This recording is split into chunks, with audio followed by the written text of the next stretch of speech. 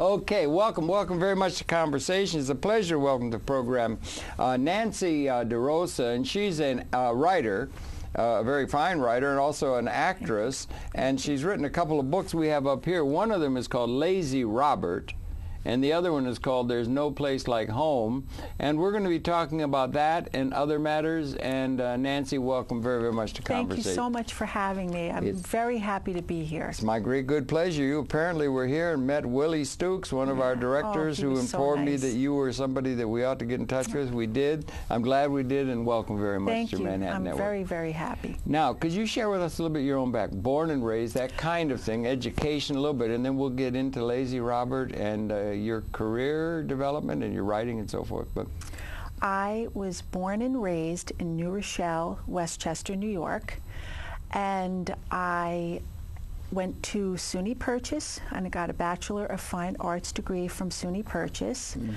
and I just started writing.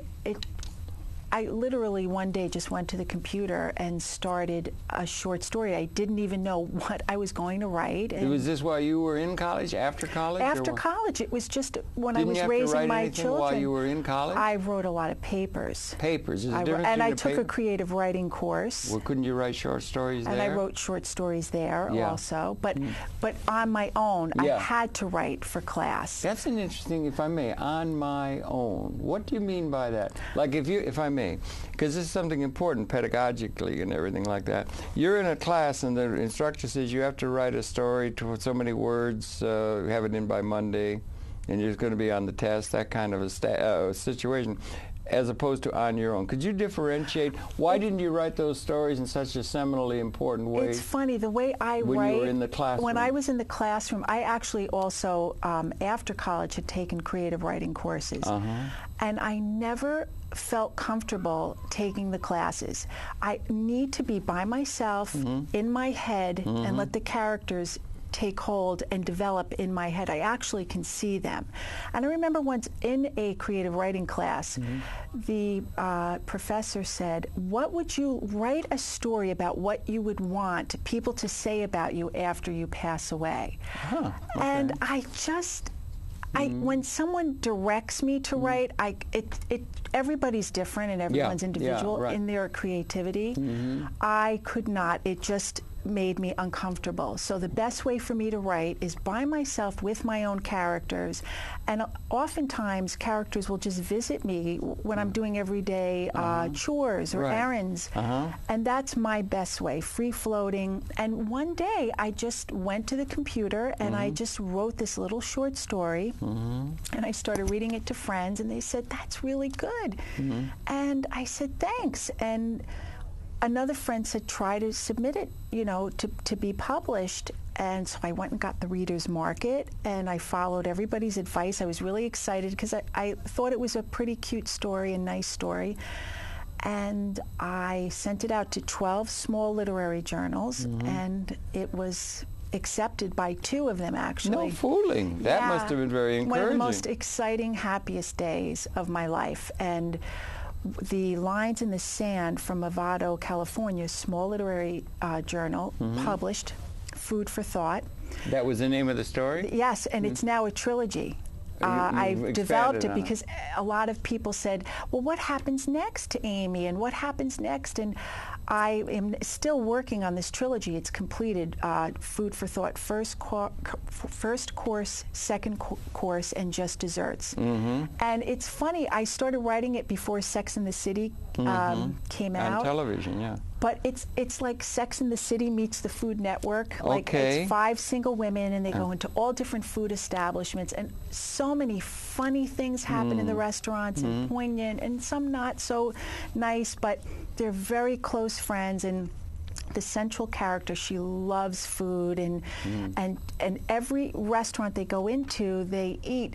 I say what they eat. Everything that they order, it's like interwoven into the story. If there's a drama and a fight at the table, the chicken loses its glisten, the spinach wilts, and I describe the food as it's a prop for each scene, and I describe the restaurants, and Amy meets this chef, and they start to date, but and it's just about family and about friends and growing as a person, and it goes through her whole life. And I really loved writing these. That's all really interesting. The short stories are very interesting genre, form, and everything like that. And a million questions went through my head as you were talking. And one of them is a trilogy. I'm happy to hear that and everything, and you're writing the story. And when you're doing that, let's say on that memorable day when you sat down at the computer autodidactically, perhaps, or just in your own self-taught kind of way, and started writing, did that form all in your mind at once? Did you know how it was going to end? Did you know the characters? Did you know the setting? Did you have did it come all at once as a whole, or did it develop as you were writing? And how does that happen creatively when you're writing? And let's just say, we could talk about other things, novel, or, or something, or screenplay or something. But the short story, that's it seems to me, for people maybe wanting to think about following in what you've done, is a really interesting. I never know what I'm writing. A very interesting I will have form. a character. It's not poetry. It's not. It's just something. I'll have a character. Like I have this book that I've completed that I'm hoping will be coming out soon. Penny is worth so much more than that. And Penny is worth no, so not much a more. penny. Nope. Penny's her the name is of a person. Penny, and Penny is worth so much more than that. And this character has been with me for so long, and once I put her on paper, she doesn't run through my head anymore. She's out. And I knew the character, but I didn't really know the story. So when I approach a story, it has a life of its own. The characters have a life of their own. The dialogue, I see them talking and interacting with one another. And then I will write the basic part of the book, and then I go back and I tweak. And that's my favorite part, when the actual book and the progression, because that's very difficult, the beginning, the middle, and the end, and have it work and move and have the reader interested in what happens next. When I have that down, then I go back and I breathe more life. It's like a painting that you do the fine details of the flowers and the grass, and I spend a lot of time reworking and tweaking, and it's a really joyful process for me. I thought I heard you say that it had in thinking in terms of structure, that you work with character. You get the characters first in a skeletal sense. Yes. Okay, that's an interesting thing I wouldn't have known. You could have started with what the story will be. It could have been the story rather than then fill characters in behind that as a structural thing. But you begin with the characters, and you have these characters you have given names, like Robert. Yes. And then what's the name? Penny. Penny. And so it's built around characters. And you said you have the characters inside of yourself. Inside of me. Is it autobiographical at all, or no? No. That doesn't draw like Stanislavski. Parts of it is. I tried to write with truth. Whether it's my truth or someone else's. Right. I really try to write a truthful story of what people can go through. And hopefully the readers will see that it will be conveyed. And Lazy Robert, I was inspired, and I wrote this rhyming picture book within an hour. Okay. The inspiration was so strong, and I knew when I finished it that it was a really good rhyming picture book for kids. As you put the last period in. I was emotional. It was like an about epiphany. It really was. And the second part of the book, which is the second piece or installment, the neighborhood collection, that's what this is under, is Bob Gets Bullied on the Bus, which also is rhyming. The cadence has to always work. It's very difficult. Does it become poetic? Is it poetic? And the difference between poetic...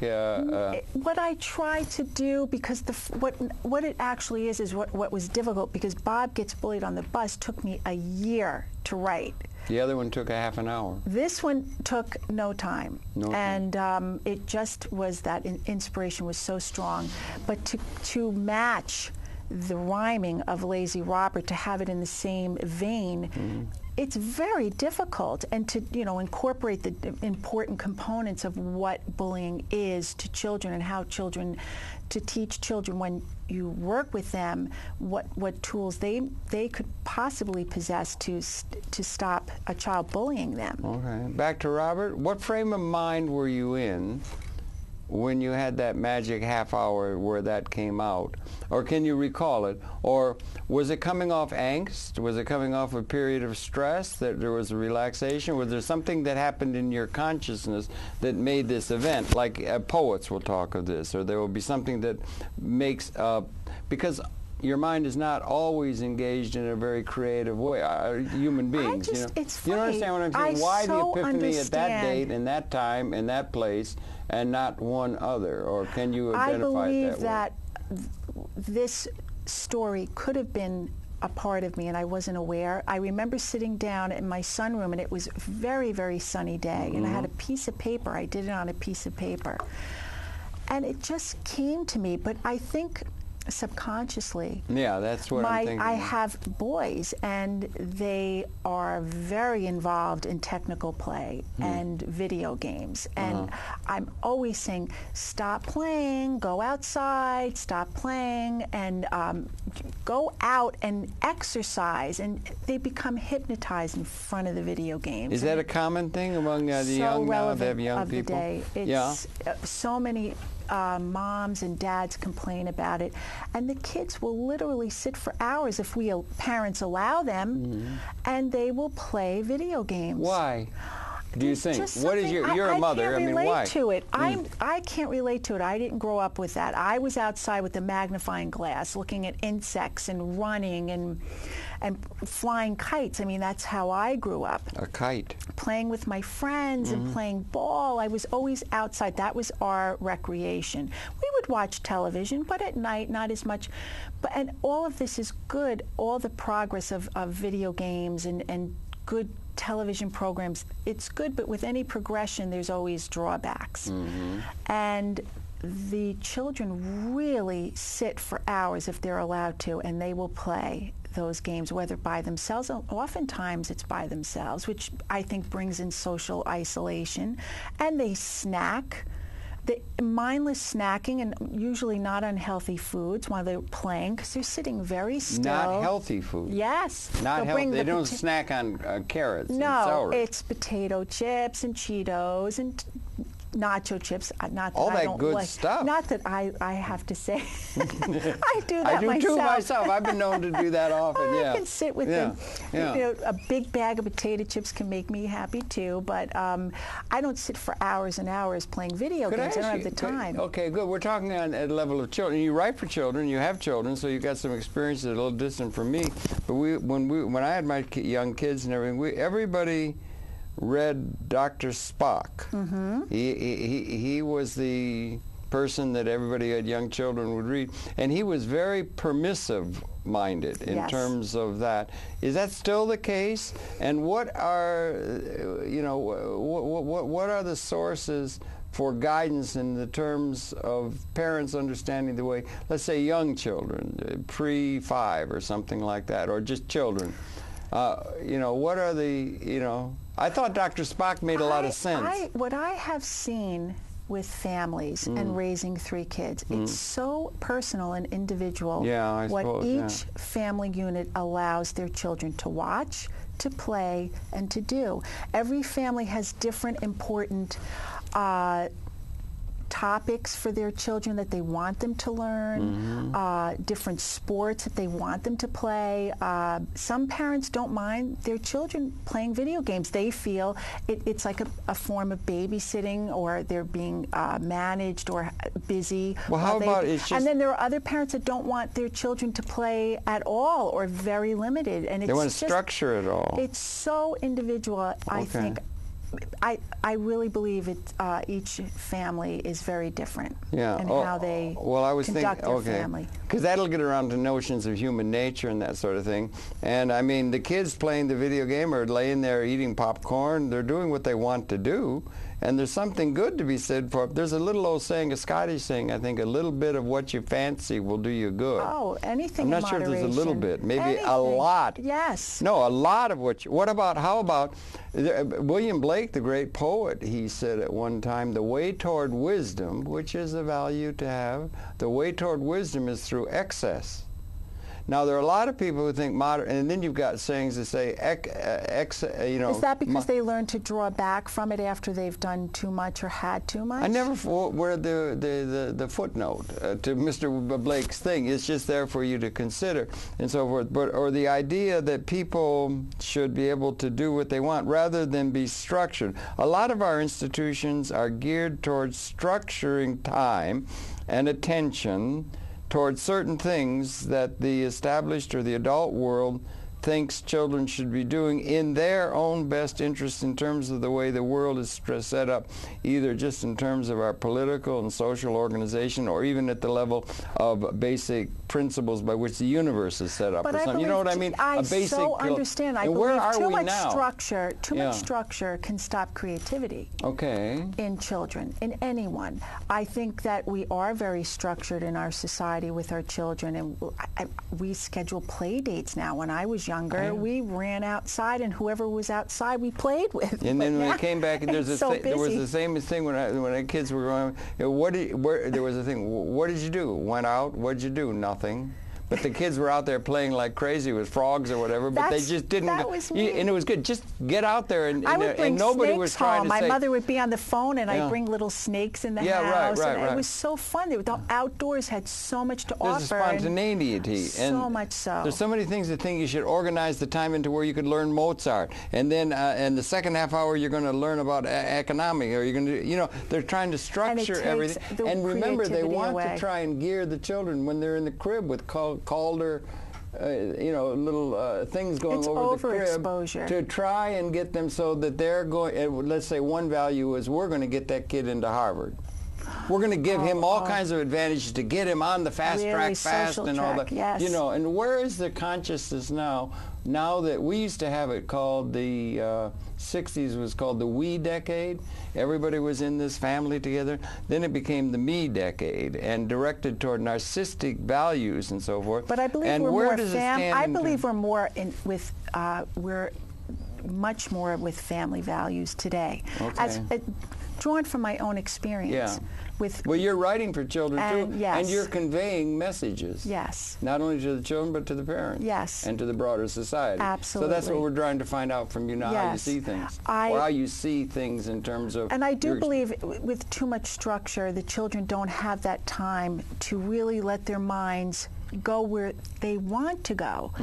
I don't think kids are reading as much as they used to because they can so easily snap on a video game and play for hours, and there's so many different games. There's also interactive games, which are wonderful on the Wii program.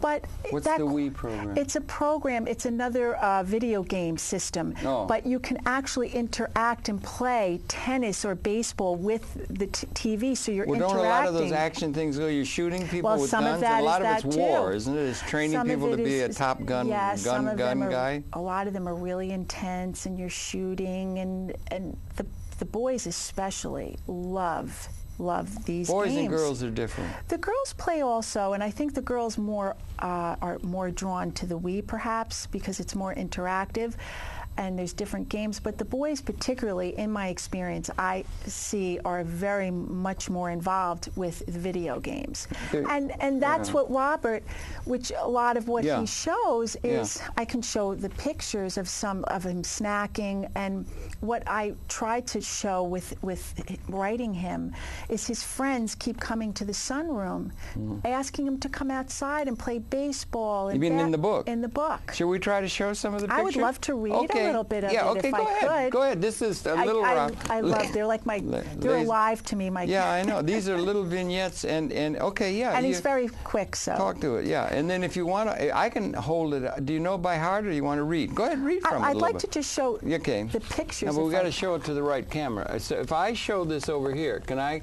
Let's put this, and then when you get a chance, can you come in tight? It'll take them a little while to focus on. They can focus on the image, right? And I can't see it very well. Okay. But let them see. Who did the art? art?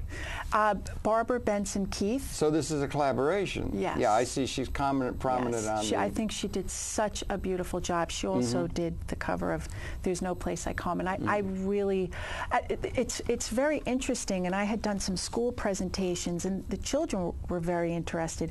Initially, I had done a dummy of Lazy Robert, and he was a crab. And his friends were all different animals: squirrel, a worm. String Bean Sally was a worm with a big cowboy hat. These are some of the characters that in I had this book. initially, but then right when we were to publish, I decided to make them children. And now let's see if they can come in on that. To give them a chance to come in. That's Sure. I can't see it clearly, but that's an illustration off to this side. It's little Lazy Robert lazing on the couch with his little Lazy cat. Robert is a character Yes. around which you built this book, and this Yes. book was written in Bob about a half an hour. In a half an hour. Isn't that and I interesting? didn't have to tweak it or it was pretty. It's amazing. Okay. That made me happy. And I don't know why they've gone off this, but I mean, and then are there other these illustrations? I can read. Okay, go ahead. him. You go ahead.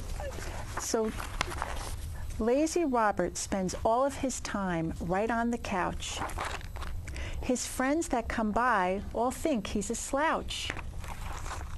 Lazy Robert is playing video games, they see, or he's glued to movies and color TV. Joe Bob Benson asks as he stops by the house, "Come play dinosaurs with me and Jimmy the Mouse." "Oh, no, thank you," responds Lazy Robert as he turns back to his game. "I have dinosaurs right here that are easy to tame." String Bean Sally drops by the window to say, "Lazy Robert, come out and play baseball today." "Oh, no, thank you," responds Lazy Robert as he turns back to the screen. "There's a ball game right here on TV. Do you see what I mean?" Lazy Robert's fine friends finally gave up and left him alone. Why, they no longer even called him on the telephone. And so Lazy Robert was left to play video games each night. Soon he no longer cared about anything else, and he looked quite a fright. Then one day Lazy Robert was sad, but didn't know why, for he had heard happy voices that had come from outside. So he pushed himself up off his couch to peek, and he found all his friends playing hide and go seek. It was then Lazy Robert knew, with a blink of an eye, the whole world was passing him by. Oh my! Lazy Robert flung open his door to become part of the fun, and he felt something wonderful, the warmth of the sun. His friends all cried out, "Lazy Robert, we're so happy you're here. Come out and join us, please. We've always been near." Lazy Robert did just that, never again glued to a game. And from that moment on, his life was never the same. Oh, that's all. That's a half-hour piece. That's like a poem that came, and it came like a haiku. It came so quick, and it shows all. It shows and you got beautiful together with his friends. I hadn't realized how lovely the illustrations are. The illustrations are so and beautiful. There's a moral precept in there, or there's a precept of behavior, and the idea and that how people. The social isolation of. When the kids are too engaged on one-on-one video game playing, they're not out they're not outside with their friends. And when you're outside, you can be in big groups doing many different things, and it's group play. A lot of friends, when they're inside, they're not interacting with a lot of kids, and that sometimes I think it's almost like a form of addiction. I know my son Jamie was so involved with the video games, and I had to restrict him. It came to that point where, and my son Alex also, not so much now as he's older, but they really were drawn to these video games and would have played hour after hour if I had allowed them to. I've got a 5-year-old grandson who is really good at the video game. Yeah, he can go really good at it, man, and he really likes it. I'm so bad. And he's really and they do. They just go endlessly on it. And do you ever watch kids watching television? Boy, they get transfixed. Zoned, I know. Watching and that that's into when the cartoons snacking and the things. snacking. Well, I don't know, snacking, I guess so, but they get transformed and they really, you can't even hardly get their attention and everything. And it's a very different kind of procedure than, let's say, reading or something. And isn't it true probably that one of the things that the kids, I don't know, I'm thinking at different levels and everything like that, but, you know, they're going to be making trouble, particularly when you get into teenage years. They got to break away and all these kind of things. The older generation doesn't know what the younger generation's coming to. No, they but don't. Like, we didn't have video games that you could do. You had a monkey on a stick or something. And in I can't relate to England. it with my children. Yeah, and the older people always think, or there is a tendency for older people to think the old ways are good, and the new ways are just getting in the. It's a traditional. You understand what I'm saying? I remember maybe my these parents, kids are right in doing the video game. Maybe we're wrong with all that sunshine. I do. It's funny that you say that because I remember my mom and dad always saying, "I walked 8 miles to school, and I did this when I was your age, and you have it so easy." And I would roll my eyes, and I find myself doing that with my kids. Like when I was your age, I was outside playing, but I do believe that exercise and being outdoors is really important for kids. The sun, the fresh air, playing, just letting their minds do whatever it wants, or choosing different games. I do think that should be incorporated in a children's day. And that too much of anything is too many hours of one activity is not the healthiest. So I still do stand by that, but I do also keep in mind that I tell my children all the time, I walked to school and I did this and I wasn't always picked up and I had it harder, and then I see them rolling their eyes at me. So I try not to do that too much. I think this has been going on since Cro-Magnon caves. Yes. I think as the generations come along, and it seems to me, and myself thinking back and everything, and then the kids and everything, boy, one thing they don't lack is energy. No. They've got energy like the Energizer Bunny, and they just go until they just flop. Yes, they do have a lot of energy. Some are more inclined toward that. But you know, and then we got some notions of human nature. That's a big question. What are the basic values that? What's so good about exercise? I mean, what's so good about fruit and vegetables? I mean, there are certain things that people have. Ice cream tastes better. It does. Why does ice cream taste so good, particularly with fudge wrapped all through it, and the broccoli tastes so terrible? And I mean, I think that's the wrong kind of way for things to be set up. But, you know, it is wrong. Yeah. And not as much fun. Huge questions being addressed about this idea of human nature. Why do we have school? Why is there school? Are there schools? That's an interesting question to think about. Well, one thing it's about is to teach people to relate to an authority figure. And structure, teaching them structure and discipline, to have to go somewhere every day. And right down to where we should be having a half hour for this and I think for that, and you're going to get into Harvard. And those, do you understand? Yes. The values that are there are so set that are perhaps not those that are really so of interest, and the youth is rebelling. Why do we have people shooting up high schools? Why do we have a revolt? Why do we have so much attention deficit disorder being diagnosed in the school? Why is there so much conflict with the school, the structured life that is forced upon children? Not every child learns in the same environment. That's also another aspect of that. Not every child gains the same education in the same setting as everybody else will get the best education. We didn't have access to information even in our lifetimes, even as we think about it.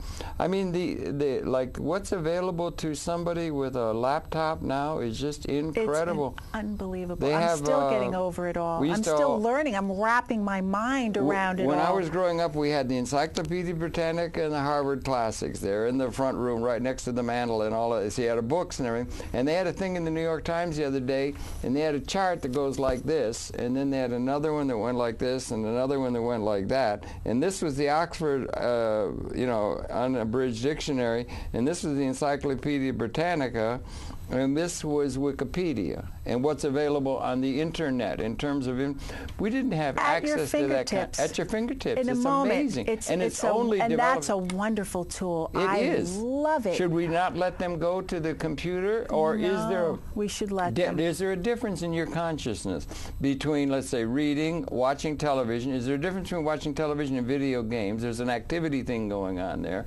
and is there a difference in terms of the technology of the computer, and should the children not be let loose upon the computer?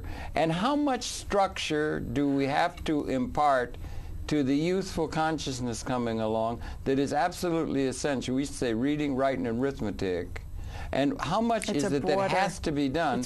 Because it's all being done in specialized. Do you remember all the irregular Latin tool verbs? That has so much knowledge and so much available to children that you do have to monitor some of it. There's just some unsuitable parts of the internet that you don't want your children to view or have access to, and it's really part hard. Of life. That's part of life yes, too. Yeah. It's very hard to determine what should be available to them and what shouldn't be available. How about to them. Whatever they and want? when you're not with them.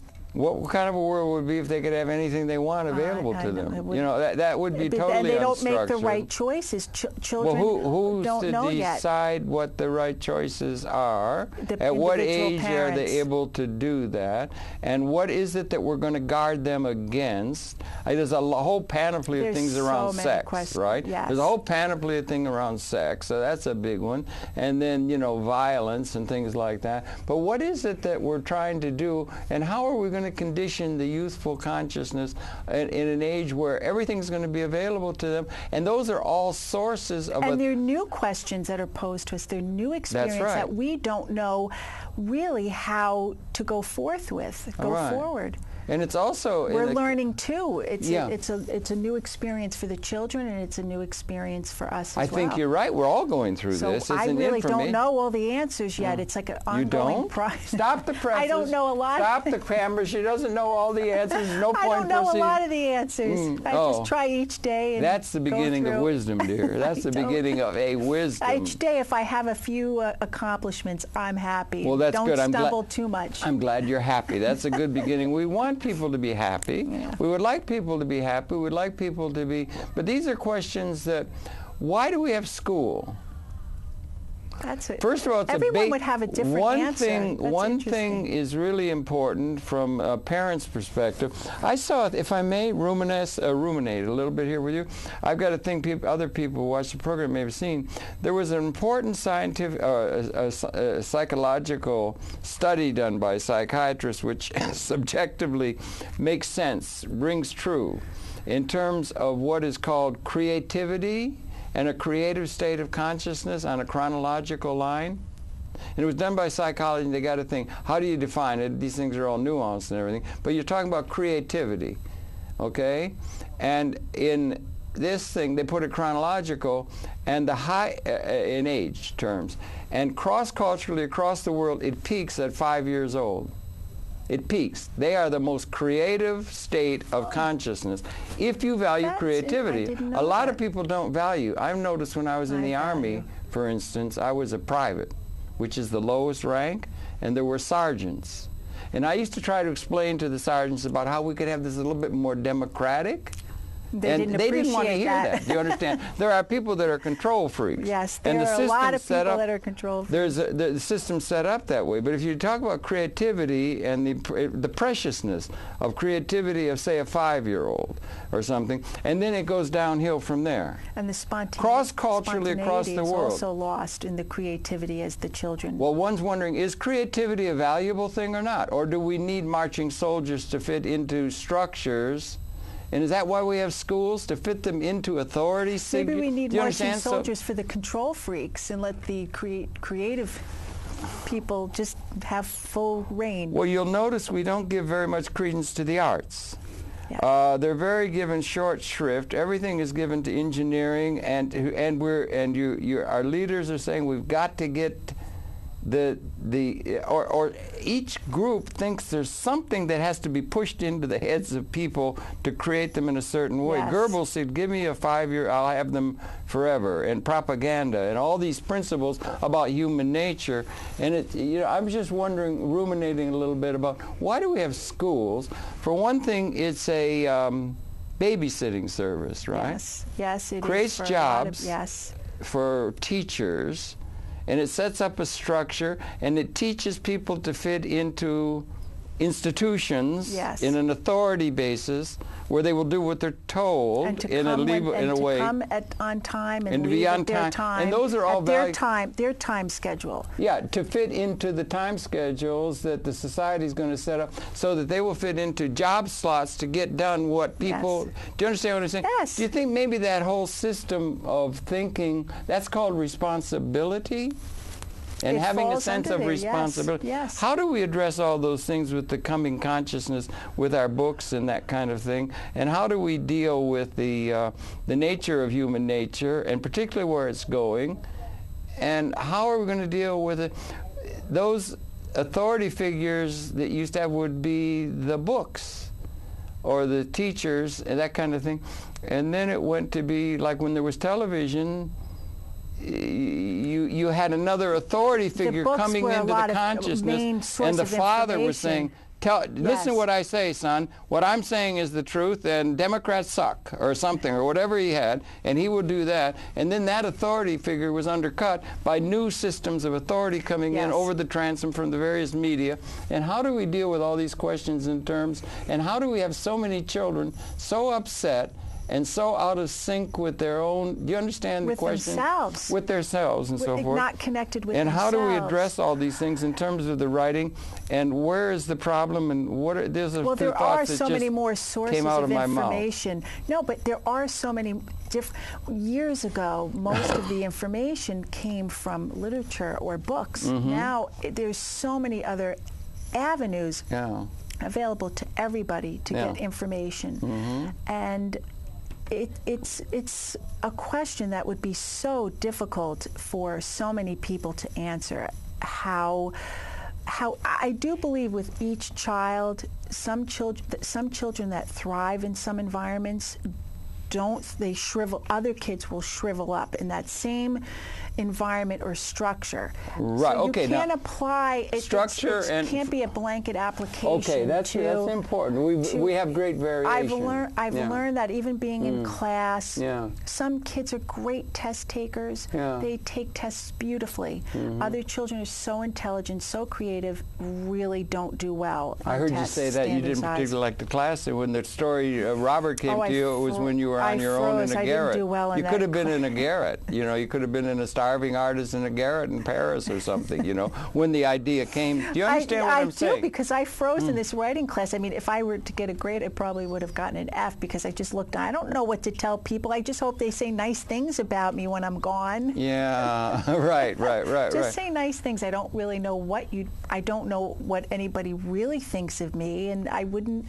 How far can we carry that metaphor, I wonder? They used to have, remember we used to have chattel slavery in this country? Oh, yes. We had black people, and they were like slaves. And the emperors of Rome had slaves. Even Aristotle spoke about Periclean Greece, 5th century BC, that they had they had a little democracy, a few people sitting around talking philosophy, the demos, but it was based on slavery. Yes, for years. And he said it would always have to be slavery so that a few could lead the life of the mind and the spirit, a liberated, civilized life. Had to be, the things had to be provided by slaves so that they could live that way. And it would always have to be until the loom learned to weave, is the way he put it.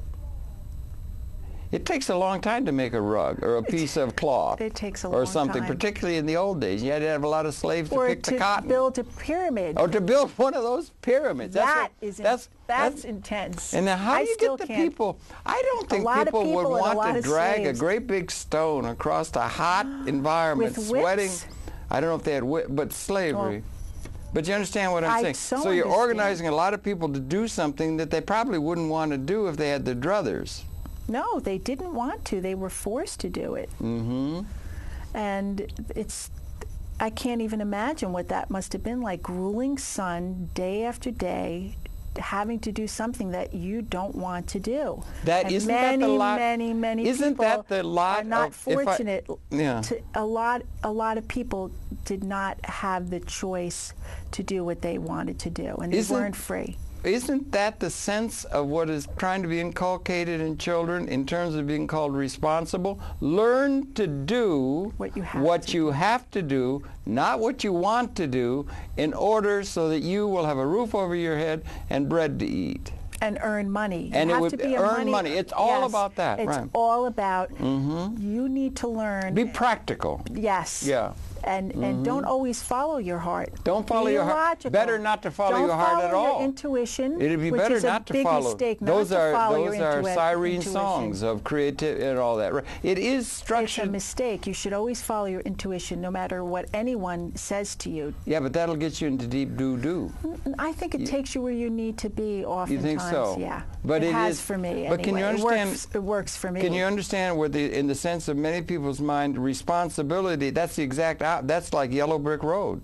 Let's go off to the yellow brick road, and then you're not going to get done on time what you're supposed to do, and it's a state of mind that is to be singularly discouraged. Yes. Yes. Don't look at that. Don't do that. Just do what you're told. Don't dance. Don't sing. Right. All of those kind of. Are we overly accomplished? Well, do you think the leaders, the political, we want to accomplish a lot always. It's yeah, you get a lot done that way. We're very driven to accomplish as much as we can in a day, and so many people are driven by accomplishing, sometimes not even realizing what they're accomplishing or enjoying that moment, just going on to the next accomplishment or the next making more money, buying the bigger house, having the better car. A lot of people are driven by that. That motivates a lot of human consciousness and institutions, doesn't it? I believe so, yes. To our peril, perhaps. I wonder if it's ever, maybe we're coming to a time where we're going to be liberated from those things, and the world is going to be safe for peace, or for, not if organized. We learn, if maybe we we're finally waking learn, up. Yeah. I think we could be waking up. I do believe you consciousness eventually learn what's really the truth of what's the right choices. I think everyone has that potential to learn and to know what's right and what's true, their own truth.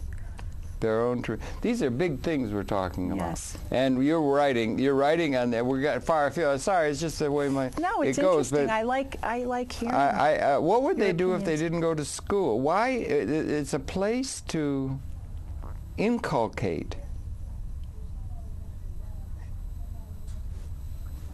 Okay, it's just a thought. But it's difficult to even answer that. But children need to learn to write and to read. Okay, let's just take that at the beginning. Why? In society today, to survive and to secure a good job and to support a family, you need to learn. Well, those are all the values that we were saying are being enforced because of what our society expects of you to survive, to own a home, to have food on the table, to have the opportunity or the choice to have a family and to provide for that family. Right. You have to learn the communication skills of the society to be able to move forward in it. Well, that was the things that I thought we were in a certain sense looking askance at. But those are the primary values that the society is inculcating as responsible. Yes, just what we are going back to what but you said earlier. Away from the thing of art and do your thing. Van Gogh was painting all those irises in the 60s, down I in think they really, that was an era where everybody was really very creative and in touch with what they wanted to do and really balked at the establishment and having these responsibilities, and they really tested that. But then we came back to doing what society expects of us, and we're pretty much, I'm one of the people that tell my kids, do well in school, don't be late for school, and study, and I'm teaching my children that same rules that I was taught as a child. Yeah, okay. I don't know. Maybe we should just... Anyway, those are things that, yeah, it is, you know. It's... They're interesting questions. They are but interesting no one has questions. I don't have the answers. Well, it may but they're be... interesting to think about and have an opinion about. Will we ever be free of that? Do you think it's that you have to be outwardly motivated to do something you don't want to do in order to have food to eat, as a metaphor? That's like, in a certain sense, a very demeaning way for the human society to be, at a certain sense, particularly when you got a capability of providing an overwhelming abundance of everything at a design level. We have a capability of providing for everybody. We do. Do you think we'd ever be liberated from that? Or am I right? But they actually have value. They have the Shawshank Redemption thing. They were in prison or in the military. People would not know how to function in the real world where it isn't all structured. And they have a lot of people, they say when they get out of prison, they've done studies where they have a really hard time living back in society and adhering to what the society expects of them, because they're so used to being told when to eat, when to get dressed, when to go to bed, when you can watch television.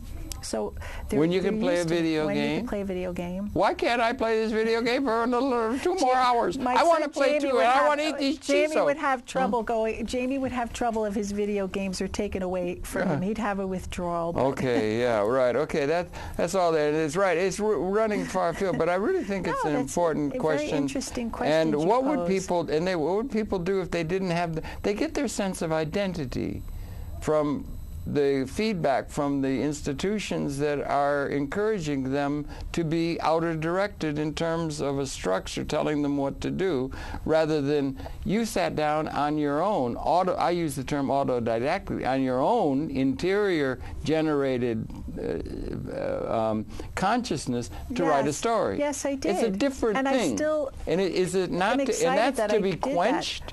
That thing of the creativeness that's part of them, but I we think should if there's beat a that strong out of them in order to make them practical. They find a way. It's just in them, and it eventually will come out with artists and writers or anything that anyone really has. Everyone, I believe, has gifts and strengths to offer, whatever they are. And if it's really something that's a part of them, it will eventually come forth. And I think I was always a big reader as a child, and I loved characters. I always had little stories in my head, and I could make a city out of buttons or little plastic cars, and it was something and every different experiences come at different times, and it was just my time to start writing. So I enjoy writing, and I'm very happy to have had my books published. Yes, indeed. I still am so excited over it. Yes, right. It was wonderful. That's really. I'm so lucky. Yeah. I feel very and there should be appreciative. many venues for many kinds of that kind of. Now we're in multimedia, and multimedia is a little different than writing. You got pictures, notice. Yes. And throughout the ages, we've mostly had writing to carry the traditions. We had paintings, we had murals, we had that kind of thing. Always but it different was mostly writing, which is the way we wrote things down. Yes. And that was one way of putting things down to carry cultural tradition, and it's been important. And we think it's very important. We're now coming into multimedia. And you can contain, there's a term, a picture contains 1,000 words, a moving picture contains 10,000 words. And we're moving, and when we walk through life, we don't experience everything linearly. We don't experience everything like, it took Michener 8 pages to describe a scene in Hawaii that if you were standing there, you would experience multisensorily all at once. All of the senses, rather than just the linear sense of the... That was a gift to be able to show that to the reader. It was great literature. It was great literature. But if you were, the point being is you walk through the world, you're experiencing it multisensorily. Always. And there's a study of Harvard Medical where memories and images and thoughts and communication is more highly realized the more it is multisensorial media, multisensorial perception. We're getting back to where we not only have just process, the more that we can see and experience. Right. Well, we're coming multimedia. We're going to end up with holography, and we're going to these semiconductor people and the makers of transistors and the makers of the internet. We're going to get back because we're extending all of our consciousness into the environment. We're going to be like when it's going to be. We're going to have television. Where will we and we'll be have 10 years from now? Where will we be? And why does it have to be books? We've got a love affair with the linear thinking. Marshall McLuhan said Western civilization is based upon the phonetic alphabet, where you string everything out, even ideas of rationality. But then you get to where you've got multi-sensor. So we're going, I wonder if we're going through a liberation where we'll be able to be free. People will be able to be free rather than having to be enslaved, in a certain sense, to systems in order to have bread to eat, to do things they don't want to do. It's an interesting question. I wish I had the answer. It would be wonderful. You don't have the answer? I absolutely don't have the answer. I'm shocked. No. But I think that it would be a wonderful world if we could ever come to that. It would be wonderful.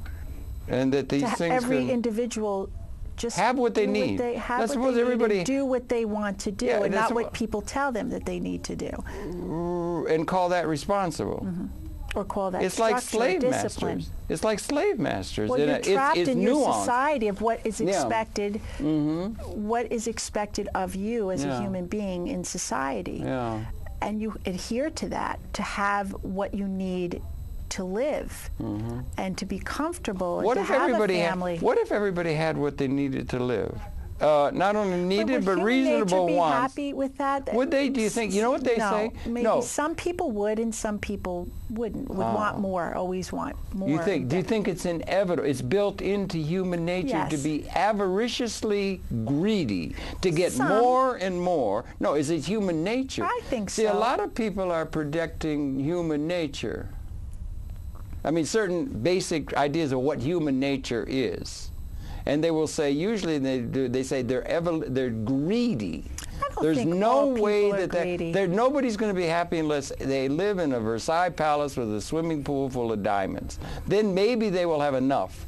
But until then, there'll never be enough for everybody. I don't think it can be applied to everyone. A lot of people, I'm happy with what I have. I'm very appreciative. I don't want to live in a mansion and have millions of diamonds. See? I don't. You're reasonable. I'm happy with my books. Your book published, right? And what about my dog and my family? Yeah, right. Very good. Very good. I'm sorry, I got off on a thing. No, but now, what about turning this thing into a movie or something? Would you like to get into multimedia? Yes, I would. And you're also doing some acting. We didn't get a chance to do that. Yes. You had a little bit in The Sopranos. Oh, a little walk-on. A walk-on. Well, it's a beginning. It's an under profile. 5, right? I've had friends call me. I saw your profile and your hair, but it was a wonderful experience to be on the set and to watch them work. I love that experience. So you like that. And then are you thinking cinemagraphically in terms of, I once had Alexandra Fuller, she wrote me. She's a great writer.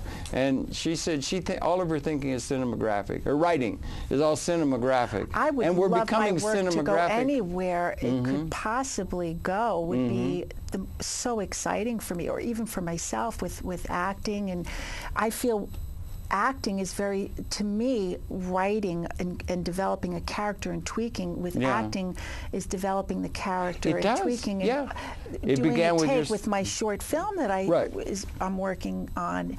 You're working on a short film now? Is it based off Lazy Robert? No, it's just a short independent film. Okay. How do you like that? I love it so much. Is it fun? You're just getting started on that? Just getting started. And I'm going to be working on a TV pilot next week, and I am so excited. That's as an actor? As an actress, okay. And it's very similar. It's just a natural progression from developing characters and the dialogue and working it and tweaking it till it feels right. It's very similar to a rehearsal or when you're shooting. That's interesting. You do the take over and over.